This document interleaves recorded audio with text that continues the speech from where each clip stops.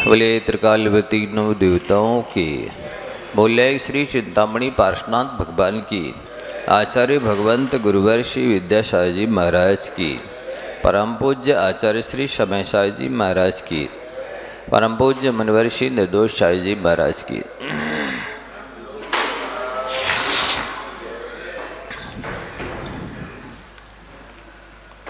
भावात्रय फल प्रदर्शी ग्रंथ में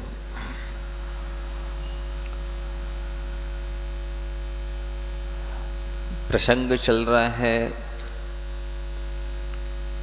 किन परिणामों का क्या फल होता है। जीव को यदि ये पता चल जाए कि हम ये भाव जो कर रहे हैं इनका हमें क्या फल मिलने वाला है, तो वो उस तरह से सावधान हो जाए, सतर्क हो जाए। वैसे भावों यदि अच्छे भाव हैं तो करे और बुरे भाव हैं तो उनसे बचने की कोशिश करे।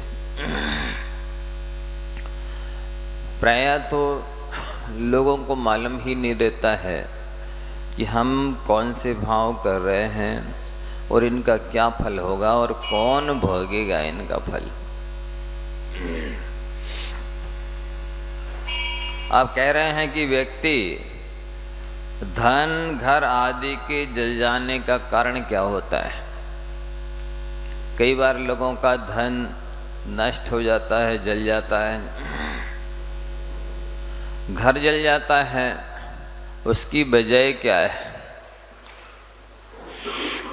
तो बताते हैं कि जो मनुष्य दूसरे के धन आदि के नाश करने का प्रयत्न करते हैं, पिछले जन्मों में किया होगा या इस जन्म में जो कर रहे हैं, दूसरे का धन नष्ट हो जाए, धान्य नष्ट हो जाए, खेतों में आग लगा देते हैं, या फिर कट कर के आई हुई खलिहान में रखी है वहाँ आग लगा दी, घर में आग लगा दी, दुकान में आग लगा दी, किसी के वाहनों में आग लगा देते हैं, ईर्ष्या द्वेषवश अहंकारवश। तो उससे जो कर्म का बंध होता है, और ये नियम है कि व्यक्ति एक जन्म में करता है और अनेक जन्मों में उसे भोगना पड़ता है। पाप का फल बहुत बड़ा होता है। जैसे यहाँ मध्यलोक में थोड़ा सा ही सजा दे देते हैं, 302 का केस किया है, इनको आजीवन कारावास।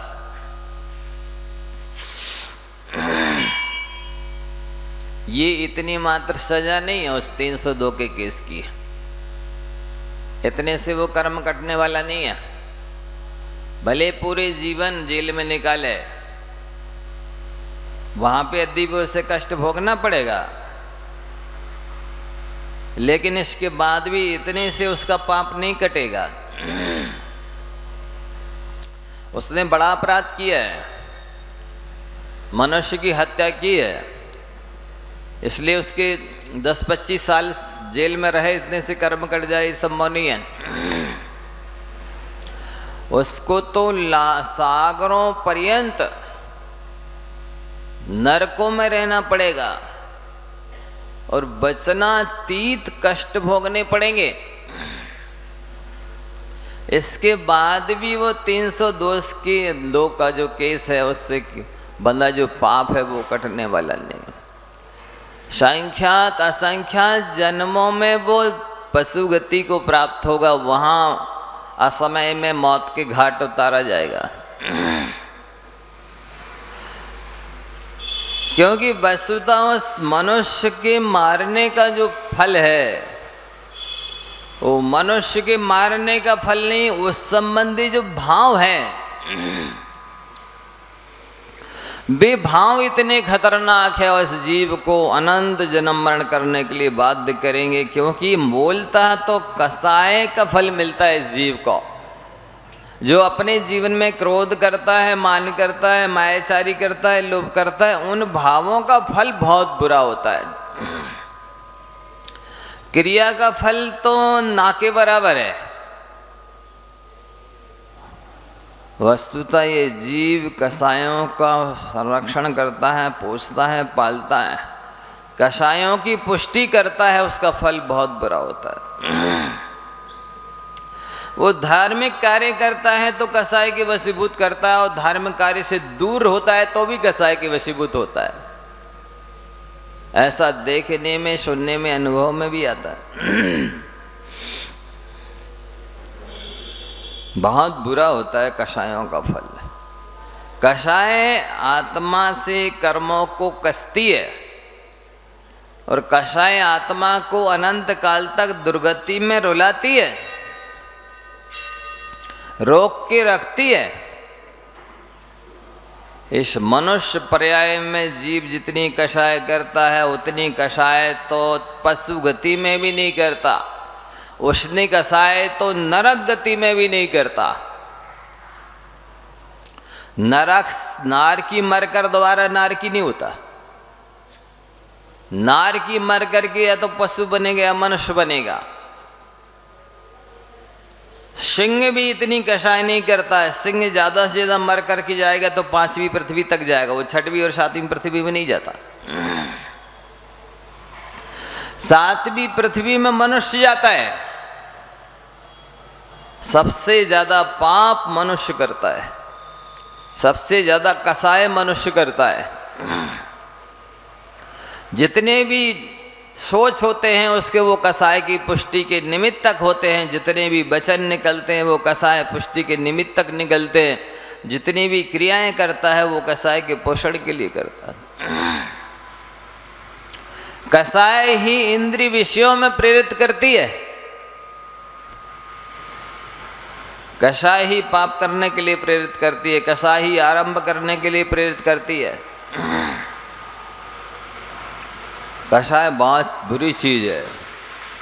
यदि रूप बदल ले वे कसाय तो धर्म क्षेत्र में भी ला देगी व्यक्ति को वो, लेकिन वहां आकर के भी वो कसाय की ही पुष्टि करेगा।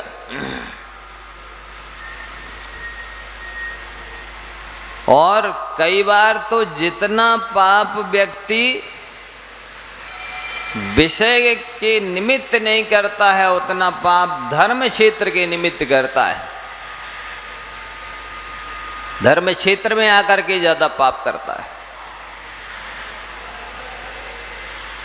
प्रायः शास्त्रों में देखना आप, 1-2 प्रसंग सुनाता हूं मैं। एक प्रसंग ऐसा बना अकलंग देव के जीवन में कि जब वो बौद्ध विद्यालय में पढ़ रहे थे तो कोई एक प्रसंग ऐसा था जो पाठक को भी समझ में नहीं आया, पढ़ाने वाले को भी समझ में नहीं आया, और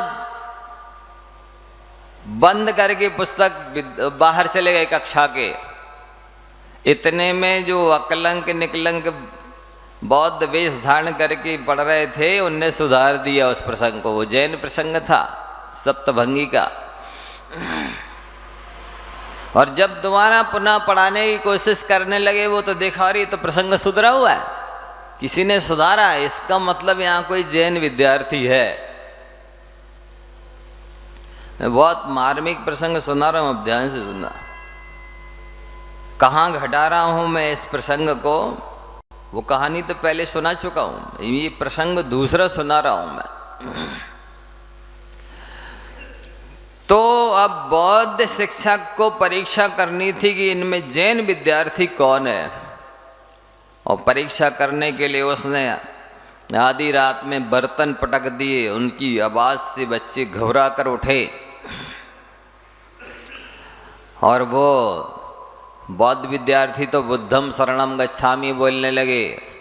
अकलंक निकलक के मुख से निकला अरहंते शरणम पव्वज्जामि, सिद्धि शरणम पव्वज्जामि, साधु शरणम पव्वज्जामि। और जिस शब्द जैसे ही सुने तो उन्होंने पकड़ लिया कि अली ये हैं जैन विद्यार्थी। अब उनको जेल में बंद कर दिया।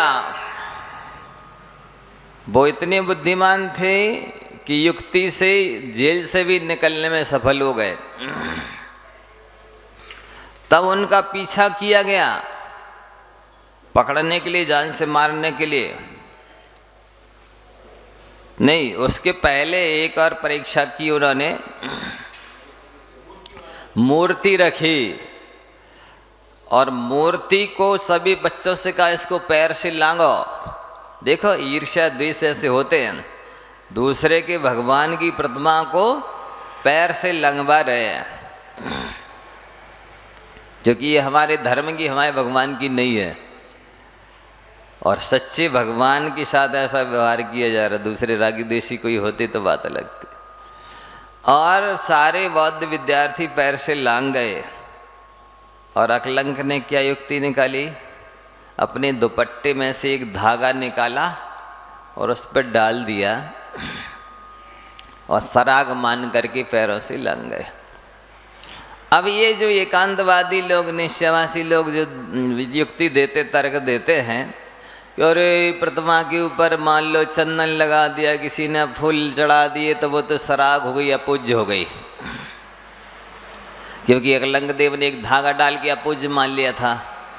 हम कहना चाहते हैं आप सभी से वेदी में से प्रतिमा को लाके यहाँ रखते हैं और एक धागा डालते हैं, कोई माइकल लांग के दिखाओ, लांग दोगे आप लोग? बोलो। आप जो दृष्टांत देते है कि अकलंक देव ने धागा डाल करके अपूज्य मान लिया था, सराग मान लिया था और लांग गए थे पैरों से, हम आप सबसे कहेंगे तो आप भी नहीं लांग पाओगे। धागा तो छोड़ो, पूरा कपड़ा भी डाल दिया जाए प्रतिष्ठित प्रतिमा के ऊपर, तब भी आप नहीं लांघेंगे। तो ये तर्क देना लोगों का ठीक नहीं। मैं कोई पंथ का समर्थन नहीं कर रहा, ना कोई विरोध कर रहा, मैं एक युक्ति आपको बता रहा हूँ, एक तर्क प्रस्तुत कर रहा हूँ। या आप कपड़ा भी डाल दें प्रतिष्ठित प्रतिमा पर तब भी आप नहीं लांघ पाएंगे। वो एक परिस्थिति थी अकलंक देव के सामने, और वो परिस्थिति क्या थी? स्वयं के विषय कषाय का पोषण का भाव नहीं था, स्वयं जीने की इच्छा नहीं थी। जिन शासन की प्रभावना करना है मुझे, जैन धर्म को फैलाना है, इसलिए उन्होंने अपने प्राणों की रक्षा की, ना कि भगवान की अभिनय करके अपने प्राणों की रक्षा की। यदि स्वयं के प्राणों की रक्षा करने के लिए यदि प्रतिमा को लांघते तो उनको नरक में जाना पड़ता, क्योंकि शुभम चक्रवर्ती ने जब नमोकार मंत्र को लिखकर पैरों से मिटाया तो सप्तम नरक चला गया। सप्तम नरक गया, 33 सागर की आयु बांधे। क्या अकलंक देव नहीं चले जाते? नहीं जाते, क्योंकि उनका अभिप्राय पवित्र था, उनका लक्ष्य, उनका उद्देश्य पवित्र था। जिन शासन की प्रभावना करना था, उन्हीं भगवान की महिमा लोगों को बताना था, जिनको उन्होंने पैर धागा डाल करके पैर से लांघा है। अभिप्राय के अनुसार पाप लगता है। यदि आप काम कौन सा कर रहे हैं महत्वपूर्ण नहीं है, काम किस उद्देश्य से कर रहा हो ये महत्वपूर्ण है। आप चाहे सिद्ध चक्र विधान करा लो, चाहे पंच कल्याण करा लो, उद्देश्य क्या है? कसाय की पुष्टि का है कि जिन शासन की प्रभावना का है कि आत्म कल्याण करने का उद्देश्य है। और आप नहीं बैठ रहे पंच कल्याणक में, विधान में, तो आपका उद्देश्य क्या है? कोई मजबूरी है या कषाय पोषण का भाव है? यदि कषाय के पोषण का भाव है तब तो दुर्गति निश्चित है। ये आपको समझना पड़ेगा। ये दो मैंने जीवंत ज्वलंत दृष्टांत प्रथमान योग के आपके सामने रखे हैं कि एक शुभम चक्रवर्ती तो नमोकार मंत्र की अभिनय करके सप्तम नरक गया, और साक्षात जिन प्रतिमा का उल्लंघन करने वाले अकलंक देव की आचार्यों ने स्तुति की, प्रशंसा की कि उन्होंने इस तरह धागा डाल करके और प्रतिमा को लांघ करके और अपने प्राण बचा लिए। क्या अक्षरों से ज़्यादा माने कम विनय करनी चाहिए भगवान की प्रतिमा की? साक्षात प्रतिष्ठित प्रतिमा, भगवान की प्रतिमा नहीं। जब अक्षरों की अभिनय करने वाला सप्तम नरक जा सकता है तो प्रतिमा का उन्हीं पैरों से तो उल्लंघन किया जिस पैरों से उसने नमोकार मंत्र मिटाया था शुभम चक्रवर्ती ने। इनको भी नरक में जाना चाहिए था, लेकिन नहीं गए। आचार्य स्वर्ग में गए, आचार्यों ने इनकी प्रशंसा की, स्तुति की है, क्योंकि अभिप्राय इनका अच्छा था, उस शुभम चक्रवर्ती का बुरा था। उसने नमोकार मंत्र को पैरों से मिटाया अपने प्राण बचाने के लिए, और इन्होंने प्रतिमा का उल्लंघन किया जिन शासन की प्रभावना करने के लिए। इन्होंने तो अपने भाई को खोया है जिन शासन की प्रभावना के लिए, इसलिए इनकी स्तुति की गई है कि नहीं ये। तो मैं कह रहा हूँ ये जो लोग दृष्टांत देते हैं कि अरे ये तो चंदन लग गया कि फूल चढ़ गया इसलिए अप्रतिष्ठित अपूज्य हो गई प्रतिमा, हम कहना चाहते हैं भगवान की प्रतिमा को ला के यहाँ रखा जाए, कपड़ा भी उड़ा दिया जाए तो आप नहीं लांग पाएंगे, धागा की तो बात छोड़ो, और लांग देंगे तो सप्तम न जहाँ तक जा सकते संगनन से वहाँ तक चले जाओगे। मूल चीज है कि क्रिया क्या की जा रही है महत्वपूर्ण नहीं है, महत्वपूर्ण आपका अभिप्राय है। करने में और नहीं करने में दोनों में अभिप्राय देखना। आप अच्छे कार्यों को भी यदि बुरे उद्देश्य से करते हो तो बुरा ही फल मिलता है, और अच्छे कार्य में यदि बुरे उद्देश्य से सम्मिलित नहीं होते हो तो भी बुरा ही फल मिलेगा, क्योंकि फल तो अभिप्राय का मिलना है, भावों का मिलना है, क्रिया करने या नहीं करने का नहीं मिलना है। यह आप समझ लेना बंधुओं। इसलिए यहाँ कह रहे हैं कि घर जल गया, धन जल गया। क्यों जल गया?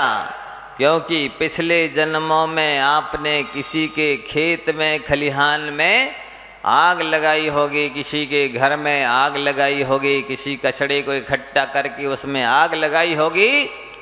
आज आप पूरे कचड़े में आग लगा रहे हो, कल आपके घर में आग लगेगी। क्या समझ रहे हो? झाड़ू लगाई, आग लगा दी, इसका परिणाम अच्छा नहीं होगा। उसमें असंख्यात जीव जल गए, अनेकों बार आपका घर जलेगा और तन जलेगा और संपत्ति जलेगी। आप क्या समझ रहे हैं?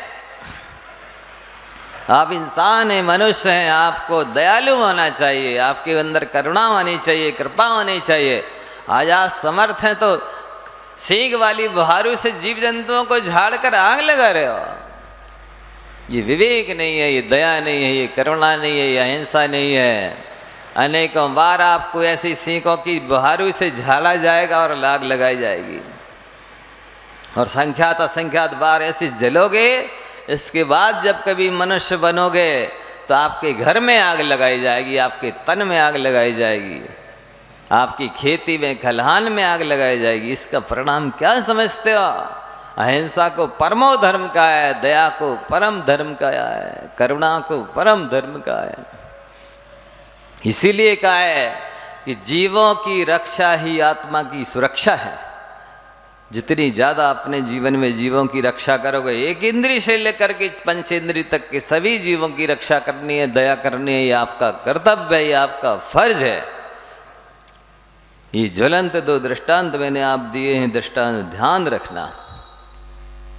कहाँ तो एक 6 खंड का अधिपति शुभम चक्रवर्ती केवल अक्षरों की अभिनय करके सप्तम नरक चला गया, और कहाँ साक्षात जिन प्रतिमा में एक जरा सा पतला धागा डाल दिया और लांग गए और उनकी प्रशंसा की गई, स्तुति की गई। ऐसा क्यों? इसका अभिप्राय है कि अभिप्राय से ही पुण्य और पाप होता है, अभिनय और विनय होती है, नरक और स्वर्ग होता है। इसलिए बंधुओं, अपने अभिप्राय को सुधारो, अपने परिणामों को निर्मल करो, अपनी कसायों को क्रश करो। इसी का नाम संलेखना है। कसायों को घटाने का नाम धर्म है। प्रेस्टीज पॉइंट मत बनाओ किसी चीज को। प्रेस्टीज पॉइंट आपको अनंत बार जन्म मरण करने के लिए बाध्य करेगा, मजबूर करेगा। अनंत जन्म मरण करोगे, नरक में जाना होगा। प्रेस्टीज पॉइंट इतना खतरनाक होता है। किसकी इज्जत? पिछले जन्मों में जब घास फूस की पर्याय में थे, कौन सी इज्जत थी? रोगन विकाया भाग बसते देव केंद्री भया, धनिया पत्ती की पर्याय में थे। उस कुंजड़िया ने दूसरा खरीदने आया, 1 रुपया की धनिया दे दी और इतनी सीधी, लो और ले जा। इस तरह तुम फ्री में बिक गए। वहाँ कौन सी इज्जत थी? है? कौन सी प्रेस्टीज पॉइंट था वहाँ? कौन सा सम्मान था? कौन सी फैसिलिटी थी? आज थोड़े से मनुष्य बने होते इतने अपने आप को समझ रहे, हाँ, कि कोई धर्म की वैल्यू नहीं, कोई धर्मात्माओं की वैल्यू नहीं, कोई जीवों की वैल्यू नहीं। जो कुछ भी है मेरी मान कसाय है, मेरी प्रेस्टेज का सवाल है, इज्जत का सवाल है। मतलब कसाय ही आपका सर्वस्व बन गया, धन बन गया। इनको बोला करो यहाँ से बंद कर दे, थोड़ा निकले जब बोलो उसको है? हाँ। तो आप सबको समझना है, इस चीज को बहुत गंभीरता से समझना है बंधुओं, कि यदि आप बुरे अभिप्राय से अच्छा काम करोगे तो भी बुरा फल मिलेगा, और यदि आप बुरे काम से अच्छे काम से दूर होगे तो बुरा फल मिलना ही है। ऐसे ये दो दृष्टांत दिए मैंने, अनेकों दृष्टांत शास्त्रों में है कि झूठ बोलने पर भी, मायाचारी करने पर भी आचार्यों ने उनकी स्तुति की है। जैसे जिनेंद्र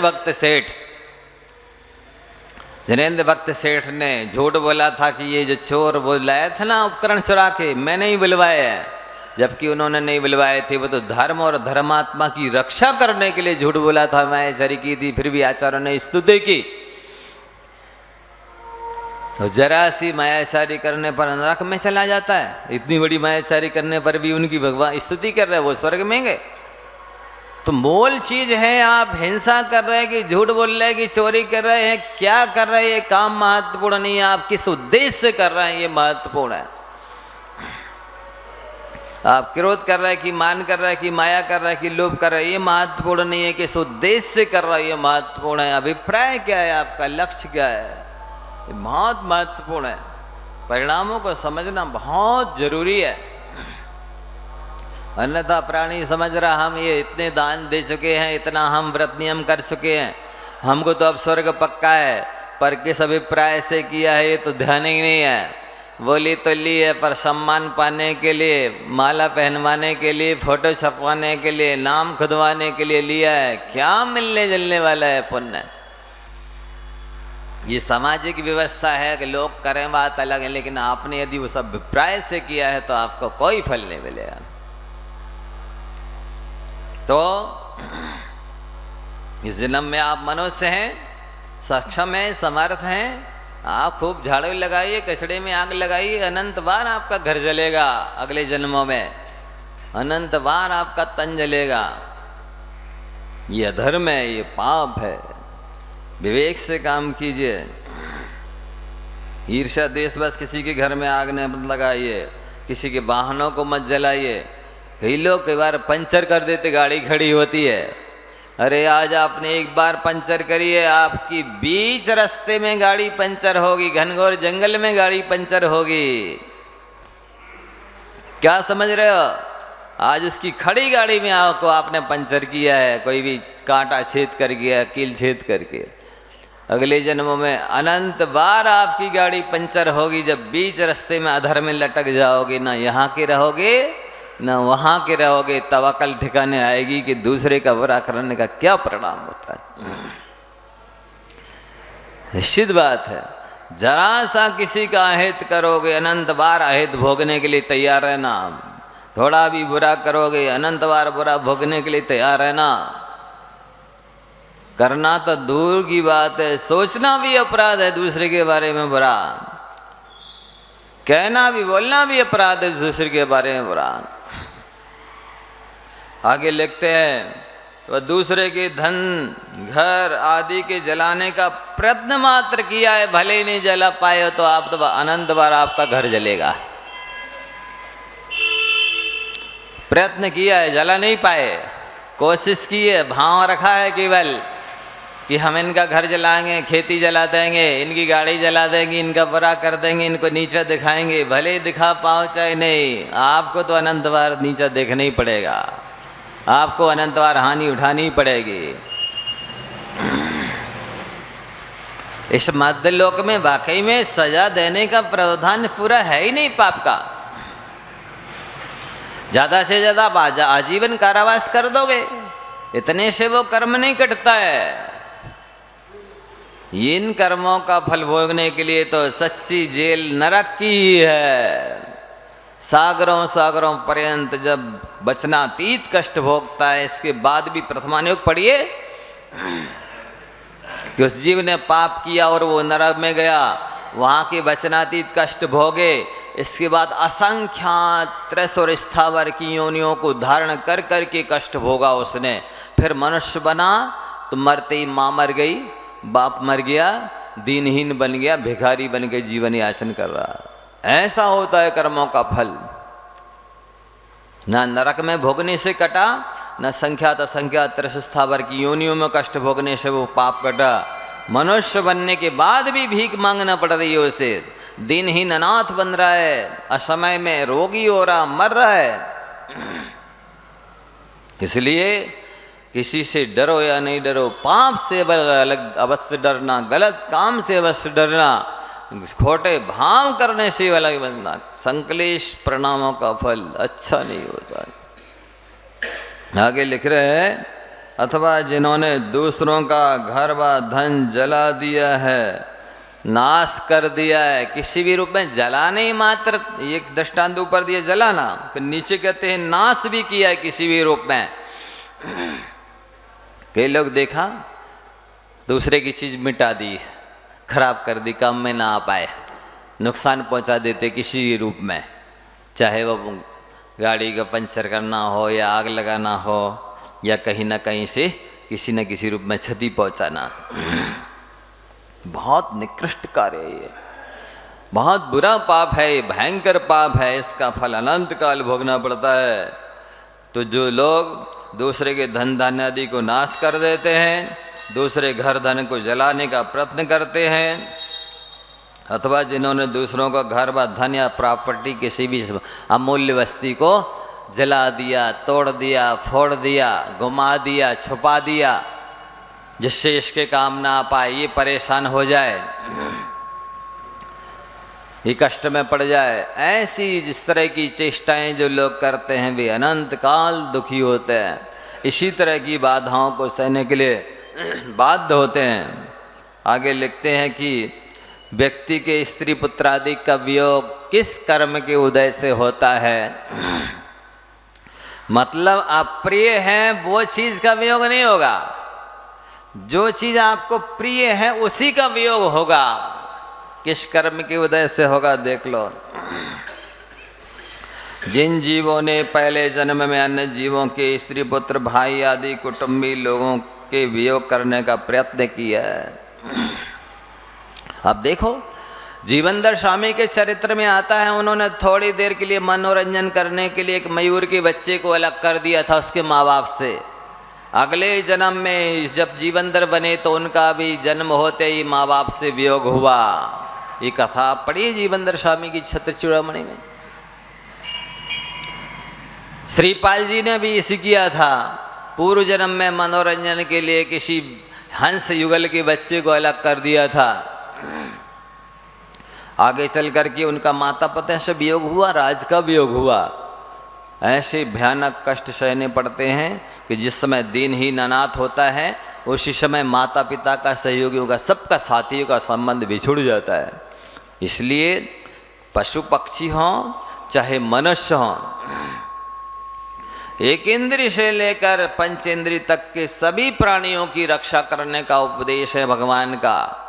अहिंसा परम धर्म तभी कहलाएगा। केवल मनुष्यों की रक्षा करना अहिंसा परम धर्म नहीं है, केवल पंचेंद्रिय पशुओं की रक्षा करना अहिंसा परम धर्म नहीं है, केवल गाय की रक्षा करना अहिंसा परम धर्म नहीं है। चाहे अग्नि का एक हों, वायु का एक हों, वनस्पति का एक हों, कोई भी जीव मात्र की रक्षा करना धर्म है। केवल एक अहिंसा ही जो फल दे सकती है, वो व्रत तप त्याग का वो फल नहीं दे सकते हैं जो एक अहिंसा फल दे सकती है। अकेले अहिंसा में ही इस जीव का उत्थान करने की, कल्याण करने की क्षमता है। वो सारे दूसरे धार्मिक अनुष्ठानों को मिला करके भी वो फल देने की क्षमता नहीं है। टोटल जितने शास्त्रों में धार्मिक अनुष्ठान वर्णित हैं वे सब कर रहा हो कोई व्यक्ति और जीवों की दया नहीं पाल रहा हो तो उसकी सदगति नहीं हुई, कल्याण नहीं होगा। और बाकी कोई आवश्यक नहीं कर रहा हो, केवल एक अहिंसा को अच्छे ढंग से विवेक से पाल रहा हो तो उसका कल्याण पक्का है। ऐसा धर्म है दया। इसलिए किसी का बुरा करने की सोचो ही मत, किसी को हानि पहुंचाने की सोचो मत, किसी के घर खलिहान खेत खलिहान को जलाने की सोचो मत, किसी के वाहन इत्यादि की क्षति करने की सोचो मत। किसी भी रूप में किसी को हानि मत पहुंचाओ। जितना हो सके मन से वचन से काया से उपकार करो, सहयोग करो, जीवों को सुख पहुंचाओ, शांति पहुंचाओ, उनके कल्याण में अभ्युदय में निमित्त बनो, उत्थान में निमित्त बनो। जैसे सुख शांति हो जीवों को, जैसे उनका कल्याण हो, जैसे उनका उत्थान हो, प्रोग्रेस हो, उसमें निमित्त बनो। इससे बड़ा कोई धर्म नहीं है। और किसी भी रूप में यदि किसी को क्षति पहुंचाते हो, हानि पहुंचाते हो, कष्ट पहुंचाते हो, तो इससे बड़ा कोई अधर्म नहीं है। इसलिए लिख रहा है स्पष्ट कि हमेशा हमेशा दूसरे जीवों के नाश करने का, धन धान्य आदि को नाश करने का प्रयत्न करते हैं। दूसरे के धन, घर, मकान, ये वाहन इत्यादि को जलाने का प्रयत्न करते हैं। दूसरे का घर धन आदि जला दिया है। ऐसे भी सब मनुष्य अगले अनंत जन्मों में घर से हीन, धन से हीन होते हैं। जो कुछ भी मिलता है वो भी किसी न किसी निमित्त से जल जाता है। लोग समझते नहीं, झाड़ू लगाई, कचरा इकट्ठा किया, आग लगा दी, इसका भयंकर दुष्परिणाम होता है, बहुत पाप है। खेत खलिहान में आग लगाना तो बड़ा पाप है ही, कचरा के ढेर में भी आग लगाना पाप है। घोरे में आग लगा देते पूरे, कितने समय की उसमें जीव जंतु पनप रहे, उत्पन्न हो रहे हैं, गुबार वगैरह हैं, घूरा हैं, कई चीज़ें कचरे हैं, लिया और आग लगा दी। क्या तरीका है? या फिर पानी में डाल दिया, झाड़ के जीवों को नाली में डाल दिया, बीच रास्ते में डाल दिया, पैरों से कुचल रहे हैं, पशु हैं, मनुष्य हैं, वाहन निकल रहे हैं। ये कैसी दया, कैसी अहिंसा, कैसा विवेक? आपको तो हर कार्य में एक ही मात्र ध्यान रखते रहो सारे काम करते समय कि मेरे मन वचन काया से किसी भी प्राणी को कष्ट ना हो, किसी की भी क्षति ना हो, किसी की भी हानि ना हो, नुकसान ना हो, किसी के भाव खराब ना हो। इससे बड़ा कोई धर्म नहीं है। आप पूजा पाठ करो, बहुत अच्छी बात है, नहीं कर पा रहे, व्रत नियम संयम पालो, नहीं पाल पा रहे, और दूसरे तीर्थ यात्रा नहीं कर पा रहे, लेकिन एक ही ख्याल रख रहे हो कि मेरे मन से वचन से काया से किसी भी जीव को कष्ट ना पहुंचे, किसी की हानि ना हो, किसी के भाव भी मेरे निमित्त से खराब ना हो, ये अभिप्राय रखते हो, आपसे बड़ा कोई धर्मात्मा नहीं है। ये कोशिश करनी चाहिए। तो जो लोग स्त्री पुत्रादि के वियोग को प्राप्त क्यों होते हैं, समय हो गया है। आप समय का उल्लंघन कर सकते, मैं नहीं कर सकता।